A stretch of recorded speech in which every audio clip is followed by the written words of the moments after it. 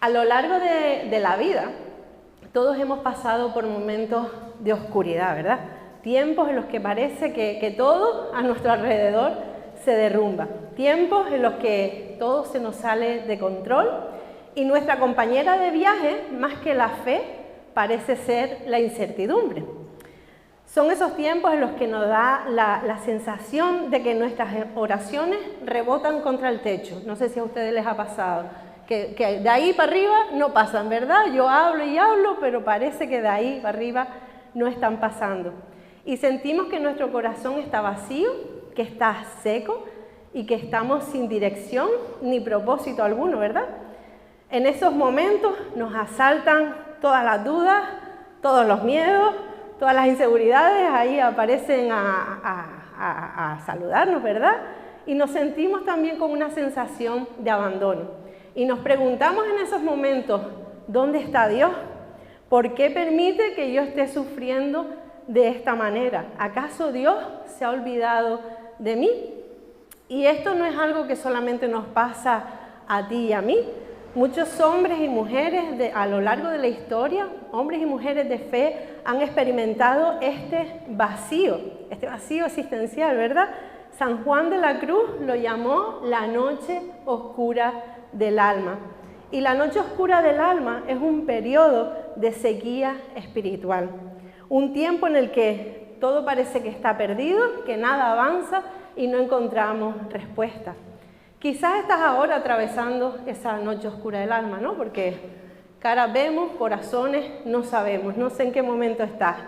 Tal vez sientes que no tienes fuerza, que estás perdido, que no sabes a dónde ir, pero quiero decirte algo hoy.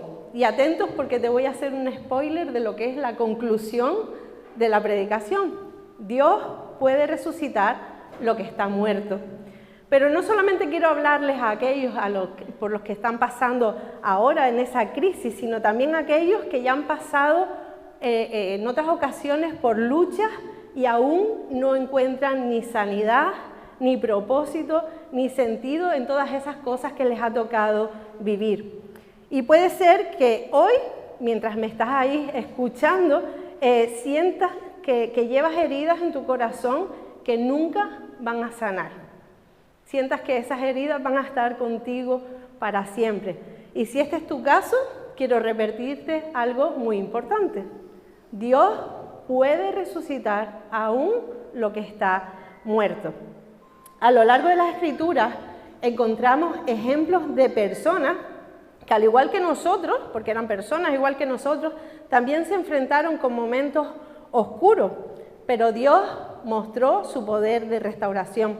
Él puede devolver a la vida a todos aquellos que se sienten vacíos, cansados y sin esperanza. Y hoy quiero contarte cómo yo he experimentado eso en mi propia vida, así que te iré contando pedacitos de mi testimonio a medida que vamos a ir avanzando. Hoy vamos a basarnos en 4 textos, ¿vale? Si tienen sus Biblias, sus móviles o lo que tengan por ahí, también van a estar proyectados los textos, pero vamos a estar basándonos en 4 textos, en 4 historias, y vamos a ver cómo estas historias conectan con nuestras propias experiencias cuando estamos en esa noche oscura del alma, con cómo nos sentimos cuando estamos en esa noche oscura del alma. Y vamos a empezar hablando acerca de cuando sentimos que nuestra fe está totalmente muerta. Y para ello vamos a ir a Ezequiel 37, del 1 al 3.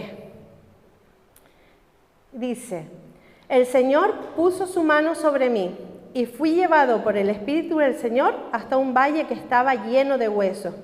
El Señor me condujo por entre los huesos que cubrían el fondo del valle. Estaban desparramados en el suelo por todas partes y completamente secos. Luego me preguntó: hijo de hombre, ¿podrán estos huesos volver a convertirse en personas vivas? Oh Señor soberano, respondí, solo tú sabes la respuesta.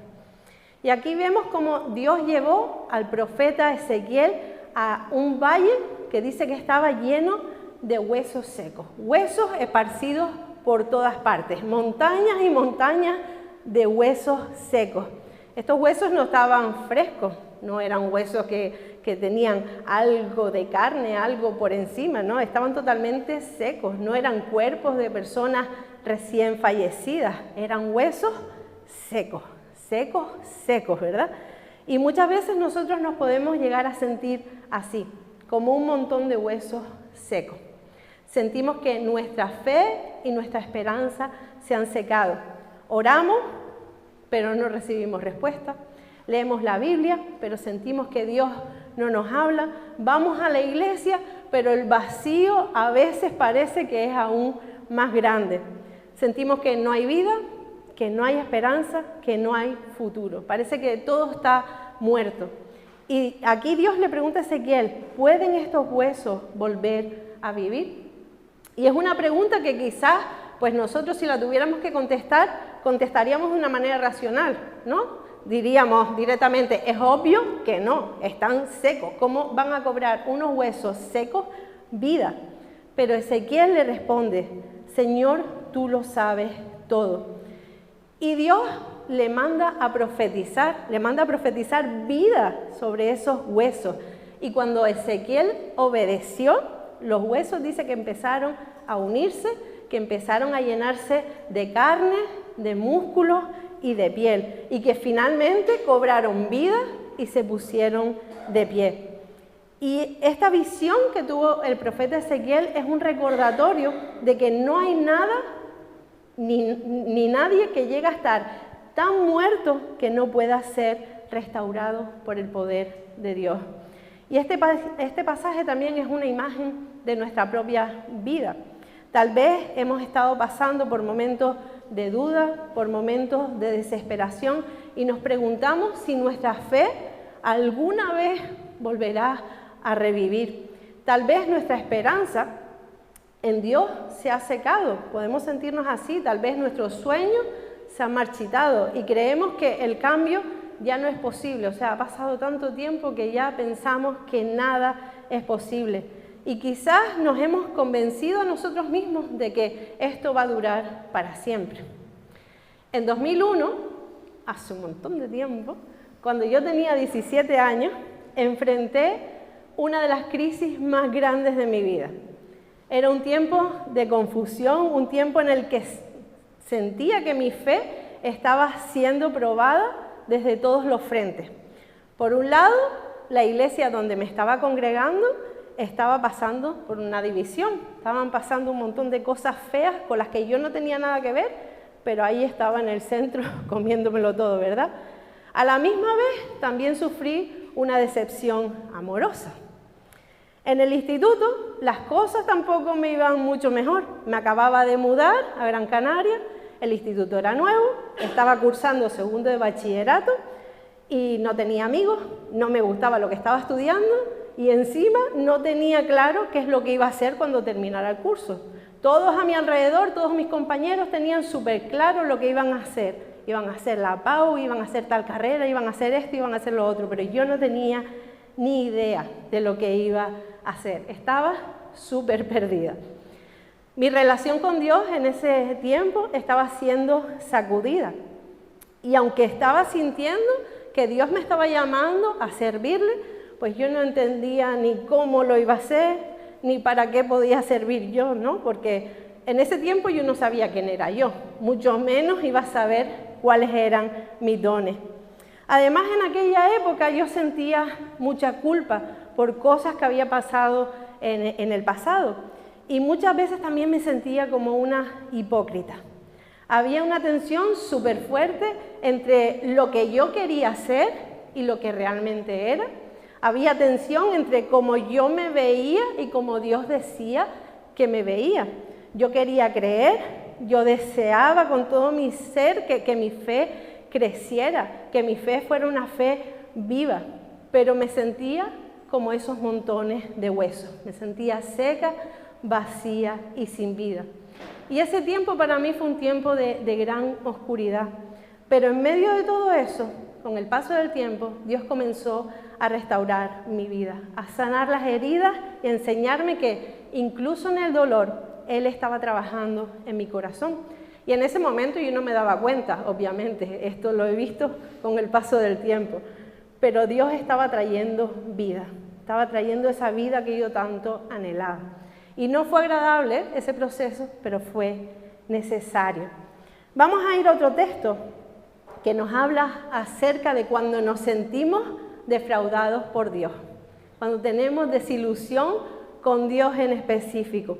Y este texto está en Juan 11:21. Marta le dijo a Jesús, qué casualidad, Marta le dijo a Jesús, Señor, si tan solo hubieras estado aquí, mi hermano no habría muerto. Marta y María eran las dos hermanas de Lázaro y a la vez eran los tres superamigos de Jesús. Ellas habían mandado a llamar a Jesús porque Lázaro se enfermó y se puso súper grave, pero Jesús no llegó a tiempo.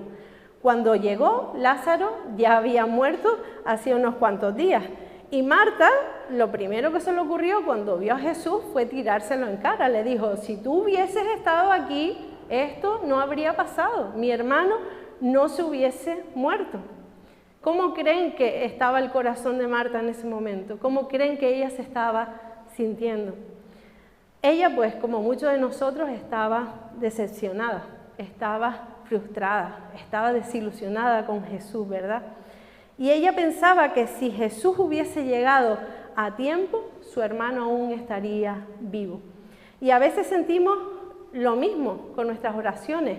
Parece que no son respondidas a tiempo, en el tiempo que nosotros pensamos que tienen que ser respondidas. Y nos preguntamos, ¿dónde está Jesús? ¿Dónde está Jesús que le hablo, le clamo y no me contesta? Y lo que Marta no sabía en ese momento es que la vida no solamente estaba en las manos de Jesús, sino que Él mismo era la fuente de vida. Su visión acerca de Jesús era en esos momentos muy limitada, muy pequeñita. Jesús le estaba mostrando que aún con la muerte, aunque parecía que la muerte había ganado, Él tenía poder para revertir todo aquello y traer de vuelta a la vida a Lázaro. Y eso fue lo que pasó, ¿verdad? Jesús fue a la tumba y mandó a llamar a Lázaro. Mandó a remover esa piedra y le gritó, Lázaro, sal fuera. Y Lázaro salió vivo, aunque ya llevaba 3 días muerto. Y muchas veces yo he experimentado esto mismo que Marta sintió. Oraba por sanidad, oraba por restauración, oraba para que Jesús hiciera algo en mi vida, pero aparentemente nada sucedía. Nos vamos unos años más tarde, aquello ocurrió en el 2001, esto fue en el 2011, 10 años más tarde. Airán y yo estábamos atravesando una crisis, pero no una crisis matrimonial, sino una crisis en nuestro ministerio. Ya para esa fecha ya estábamos casados. Y nosotros desde que nos casamos nos habíamos entregado al servicio a Dios. Servíamos en el grupo de jóvenes y también en la alabanza, pero por muchos años enfrentamos oposición continua por parte del liderazgo de la iglesia. Y nosotros necesitábamos un cambio, pero el cambio implicaba soltar el ministerio, implicaba dejar de servir. Y a lo mejor esto para ti pues no significa la gran cosa, dejar de servir, qué alivio. Para nosotros era otra cosa, para nosotros servir significaba todo. Así que esa decisión de salir de allí al final se dilató durante un tiempo porque, entre otras cosas, estábamos esperando que Jesús hiciera algo que seguramente pues no estaba en sus planes en ese momento. Y era que los cambiara a ellos y que cambiara la situación. Pero los planes de Jesús eran aún mejores. Jesús no los cambió a ellos, Jesús no cambió la situación, Jesús nos cambió a nosotros, para guiarnos a un nuevo propósito y para guiarnos hacia su voluntad. Y ahora nos damos cuenta, con el paso del tiempo, que nuestra identidad en esos momentos estaba muy ligada a lo que hacíamos por y para el Señor. Nosotros en ese tiempo nos preguntábamos, pero si nosotros soltamos el ministerio, si soltamos esto que estamos haciendo, ¿quiénes somos? O sea, estaba tan ligado que no sabíamos quiénes éramos. Pero en medio de toda esa confusión, en medio de todo ese dolor, Dios nos enseñó que nuestra identidad no dependía de lo que hacíamos para Él, sino de quiénes éramos en Él. Pero no fue hasta que soltamos el control, hasta que soltamos el servicio, soltamos eso a lo que nos estábamos aferrando, que pudimos aprenderlo. Como Marta, la hermana de Lázaro, nosotros también sentimos que su respuesta no estaba llegando a tiempo, más bien venía pasadita, ¿verdad? Estaba dilatándose la cosa en el tiempo. Sentimos que todos esos años habían sido en vano, sentimos que Él no nos estaba respondiendo como nosotros esperábamos. Pero es que nosotros, igual que Marta, no sabíamos lo que vendría después. A veces lo que nos parece una pérdida, en realidad es una oportunidad para que Dios haga algo más grande. La muerte de Lázaro no era el final de su historia, sino que fue el principio de un milagro más grande que demostraría que Jesús tiene el poder sobre la muerte. Nuestra renuncia al ministerio que amábamos, no fue el final, fue el comienzo de algo más grande. Vamos a ir a la tercera historia. La tercera lectura está en Job 14, del 7 al 9, y nos habla de cuando el sufrimiento nos está consumiendo.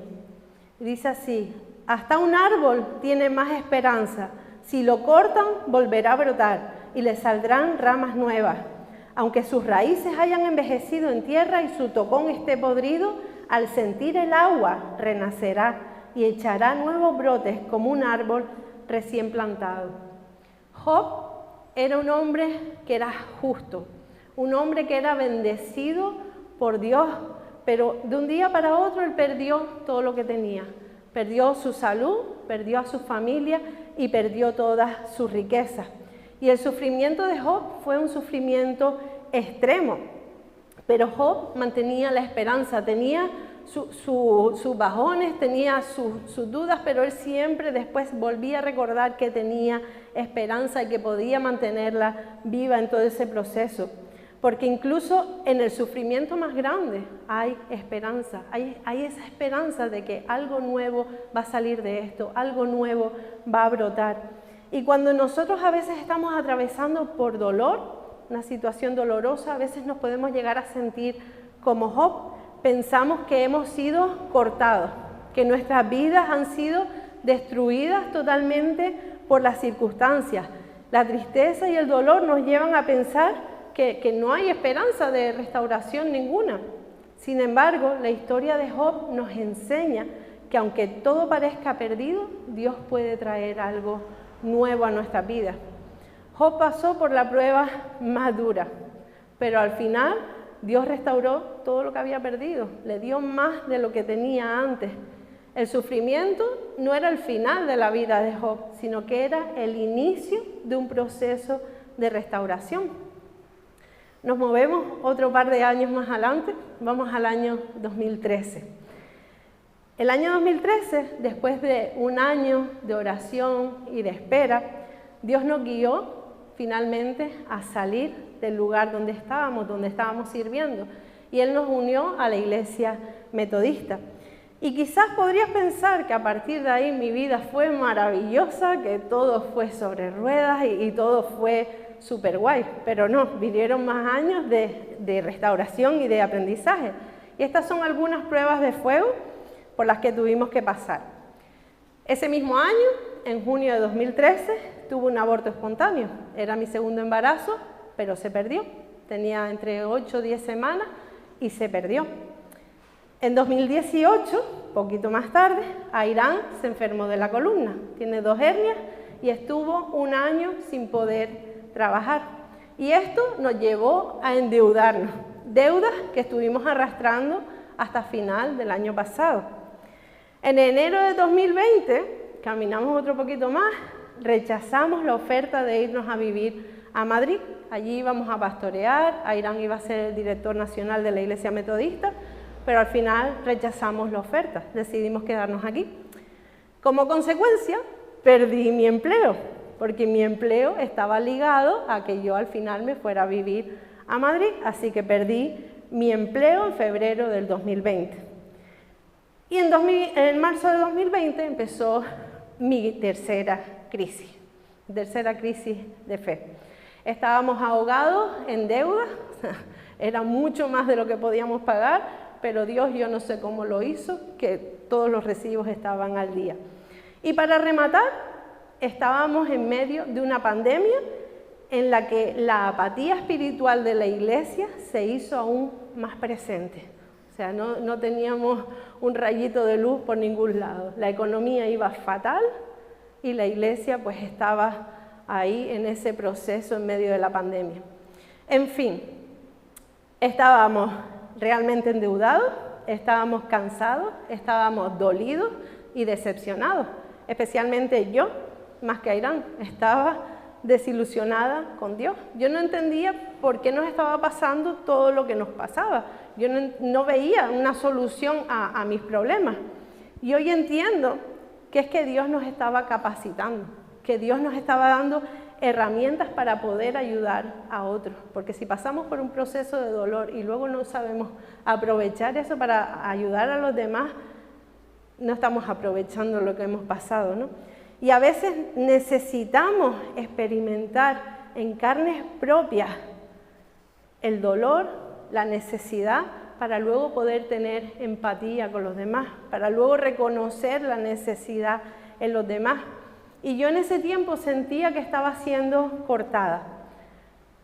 Pero Dios lo que estaba haciendo era haciendo crecer brotes verdes. Aunque yo no los veía, me negaba a ver nada bueno en mi vida en ese tiempo, porque lo que se estaba fraguando estaba en la raíz y obviamente yo no veía lo que estaba en la raíz, porque ese trabajo es un trabajo invisible. Parece que no está pasando nada, pero de repente un día sale un brote.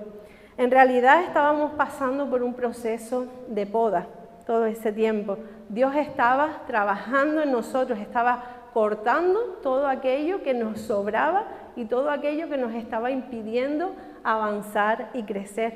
Y la poda duele, pero es necesaria, ¿verdad? Y vamos a leer el cuarto texto que nos habla de la cuarta experiencia, que es cuando parece que todo está perdido. En Mateo 27, versículo 46.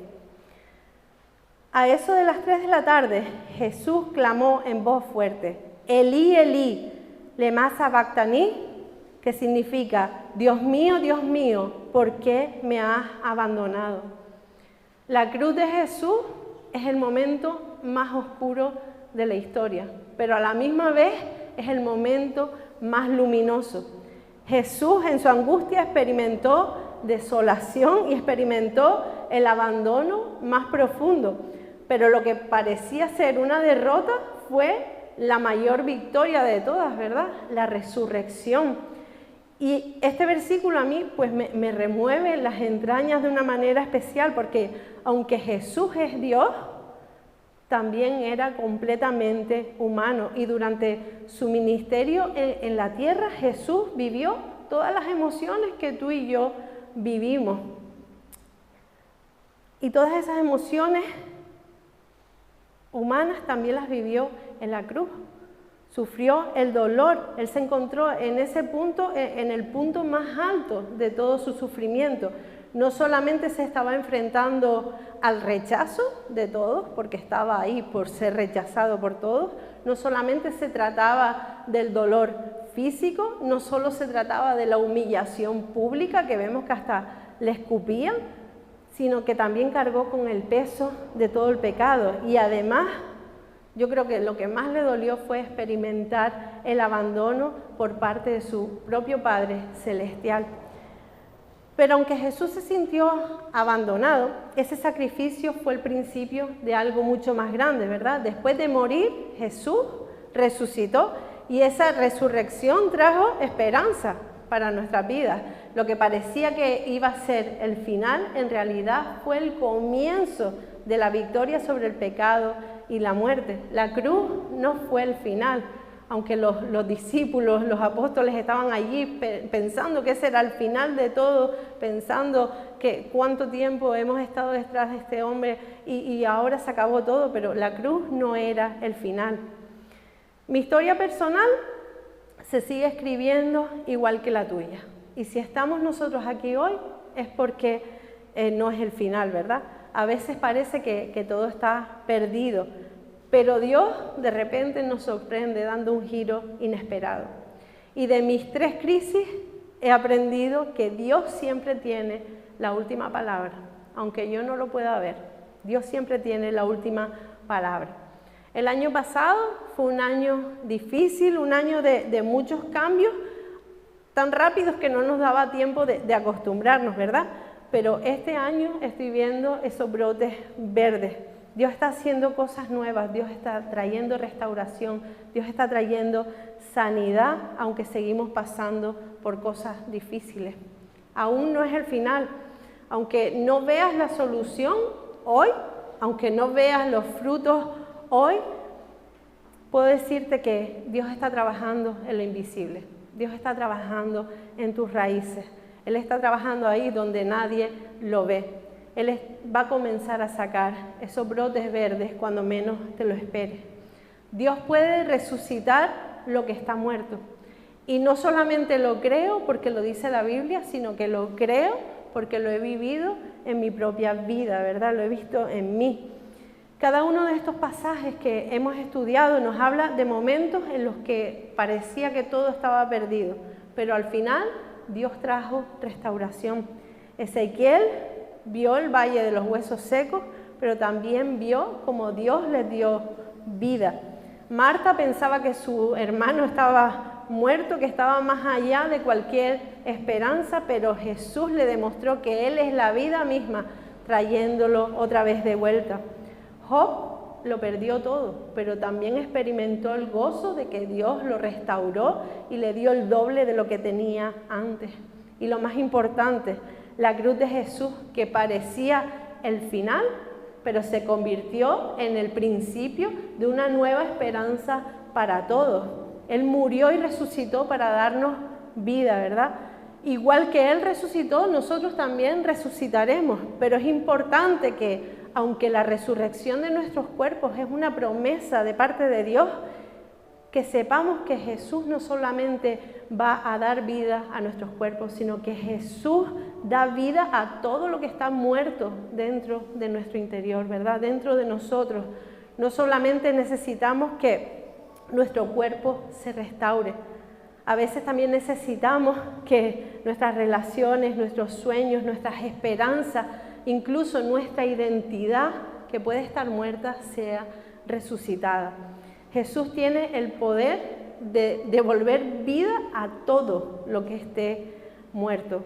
Él puede transformar lo que está estancado en algo nuevo y lleno de propósito. Así que no te olvides de que Dios está trabajando en lo invisible. He experimentado cómo Él toca esas raíces de mi vida, sanando heridas, trayendo nuevos comienzos a lo que parecía que estaba perdido. Y te puedo decir con toda certeza que no es el final. Si estamos aquí, es que no es el final de nuestra historia. Y hoy te animo que, aunque no veas esos brotes verdes, confíes en que Dios está trabajando, en que Dios no te ha abandonado, incluso cuando parece que todo está hecho un desastre. Él tiene la última palabra. Y hoy te reto a creerlo, porque estas son cosas que sabemos, pero a veces no nos las creemos. Tenemos el conocimiento aquí, pero no ha llegado hasta aquí. Y no importa lo que estés viviendo, no importa lo muerto que parezca que está en tu vida, lo que hayas perdido o lo que sientas que ya no tiene esperanza. Dios puede resucitarlo. Así que vamos a orar. Señor, te damos las gracias porque siempre nos hablas por medio de tu palabra, Señor. Te damos las gracias por los procesos que tú nos haces pasar, Señor. Porque aunque haya dolor, haya sufrimiento, Señor, haya confusión y no entendamos nada de lo que estás haciendo, Señor, sabemos que todo obra para bien, Señor. Sabemos que tú estás trabajando para que seamos cada vez más parecidos a ti, Señor. Sabemos que eres tú quitando, cortando todas esas cosas que no nos convienen, Señor. Te pedimos que nos ayudes a caminar confiando, Señor, en que tú tienes el control de todas las cosas, Señor. Que no nos dejemos llevar por la desesperanza, sino que mantengamos la fe en que tú tienes el control de todo, Señor. En que tú puedes resucitar lo que está muerto, Señor. Hay veces que nos sentimos tan vacíos, tan secos, Señor. Te buscamos y no hallamos respuesta, pero no es porque tú no nos hables, Señor, sino porque estamos en una condición espiritual y una falta de fe que es que no nos deja por más que queramos verte, escucharte, Señor. Así que te pido que seas tú trabajando en nuestros corazones, Señor, que nos pases por el fuego si es necesario para que podamos ser restaurados, seamos transformados, Señor. Te damos las gracias por los procesos que van a venir, porque sabemos que como no es el final, nos quedan muchas cosas por vivir, Señor. Sabemos que aún nos queda dolor y nos queda sufrimiento, Señor, pero tú no nos prometiste que no íbamos a sufrir, sino que ibas a estar con nosotros. Y te damos las gracias porque podemos confiar en eso, Señor, que cuando no podemos más en nuestras fuerzas, Señor, podemos contar contigo. Aumentanos la fe, Señor, ayúdanos a creer que tú puedes dar vida a lo que está muerto, Señor. Restáuranos, Señor, trae sanidad y ayúdanos a utilizar pues, todas las cosas que vamos aprendiendo de nuestros procesos, Señor, para tu gloria. En el nombre de Jesús, amén.